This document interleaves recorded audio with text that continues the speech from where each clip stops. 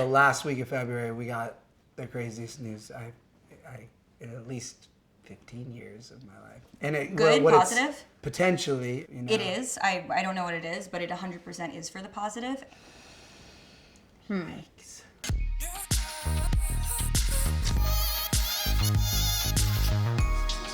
This is Star Chart with Aliza Kelly.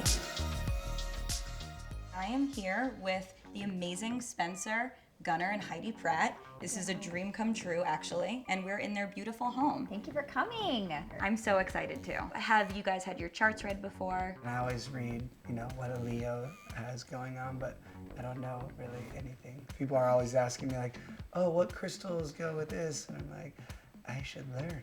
So you are a Leo sun with a Capricorn rising and a moon in Scorpio. And you, Heidi, are a Virgo sun, and we think you were born at dawn, so Virgo rising with a moon in Aquarius. So your sun is like the car that you're driving. So you're a Leo, you're driving this like very fabulous, yes, you're in the car too.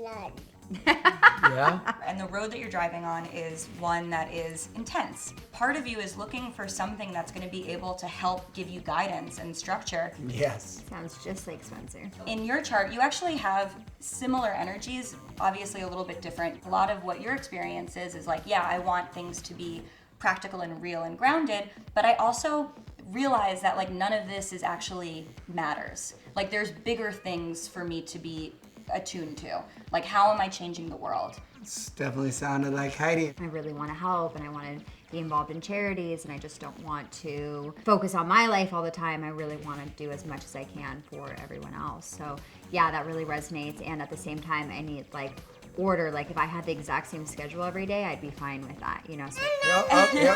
Up. Here you go. Here's your crystal. Okay, we'll see you soon. Oh, Ninja's trying to take his spot. Like, You're so funny. All right, come on.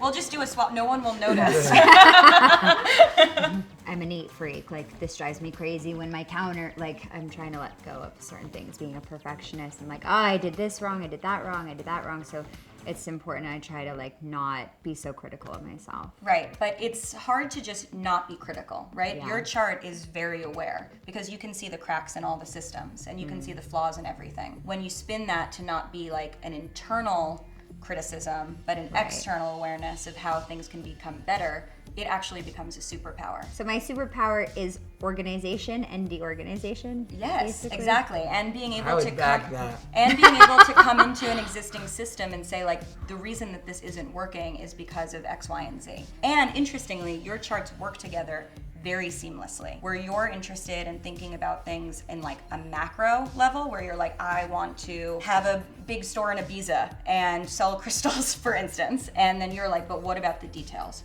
What are the costs? How would we set this up? What is the budget?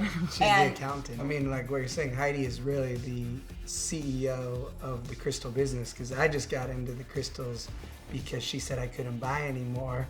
So I was like, well, I'm going to sell crystals so that I can keep some of the ones that I'm selling. And then recently I just had to go into a room and he has like 200 in there and I'm like, we have to sell all these. This is just merchandise sitting here. You can pick 5 and we need to sell the rest. And then I just had us get an office because Spencer wanted to stay here and have it be out of the house. I'm like, no, it's time to get an office. We need to move forward. So I also wrote down a date for your chart that happened very recently, which should give you some insight as to what 2020 might be, right around Valentine's Day. The last week of February, we got the craziest news in at least 15 years of my life. And it good, positive? Potentially, initially it doesn't feel positive, but It is. I don't know what it is, but it 100% is for the positive.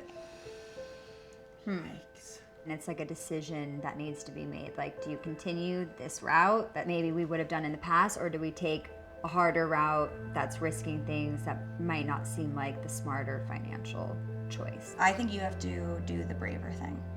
That's how I feel. Do you want to come to lunch with our agent after this? I would love to. Where you guys go? Like you said, we've been down that route and it's not worth anything to me. And I'd rather have it harder than take that route. You guys also are resilient as Like you have overcome a lot of obstacles already. So if anyone can handle doing hard things, it's you two.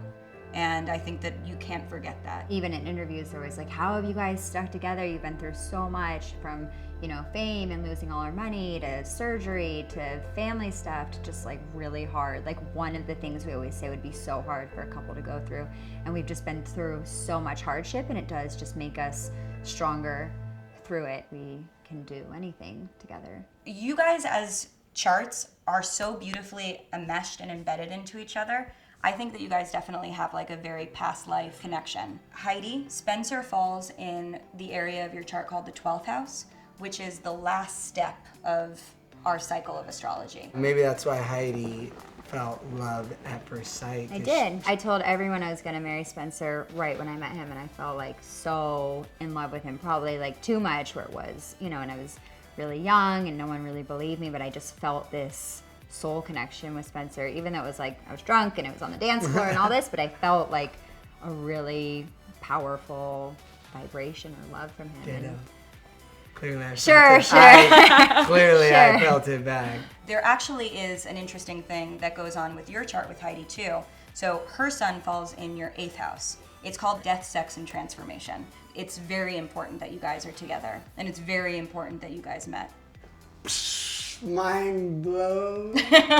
What's this year? Okay, so there's a lot of cool stuff that's happening this year. You talked about children, and the next 2 years are a really, really cool time to be creating things. From now, and actually this is crazy, but today, Jupiter in the sky is connecting with Mars. It's right on the precipice of the area of your chart that rules children. So if you guys want to think about kids, today is a fabulous day to do so. Just saying. I think Heidi is always thinking about that. For you personally, would be an amazing time to create something, but that also is going to be the case through 2020. Okay. So it doesn't need to be tonight. Yeah. All in all, this is a We're really having a wonderful baby time. tonight. No, Like, this horoscope got heavy. We're gonna have another baby by 2020. Oh yeah. This year, later this year. Okay. Well, I will say everything you've said, at least with my life, has been 100%. So a little overwhelmed because it's also reconfirming my suspicions about certain situations, which is also like, oh my gosh, we have a brave choice to make, and it's gonna have such ripple effects. And it's just like, The plan I have in my mind is on the chart, so I felt like it was also very good confirmation. You guys are great, and your charts are beautiful, and you guys can do anything you want to do. Thank you guys so much. Like and subscribe to Cosmo. Make sure you guys see Aliza. She was amazing. real deal. Real deal. Thank you, guys. Bye, Cosmo.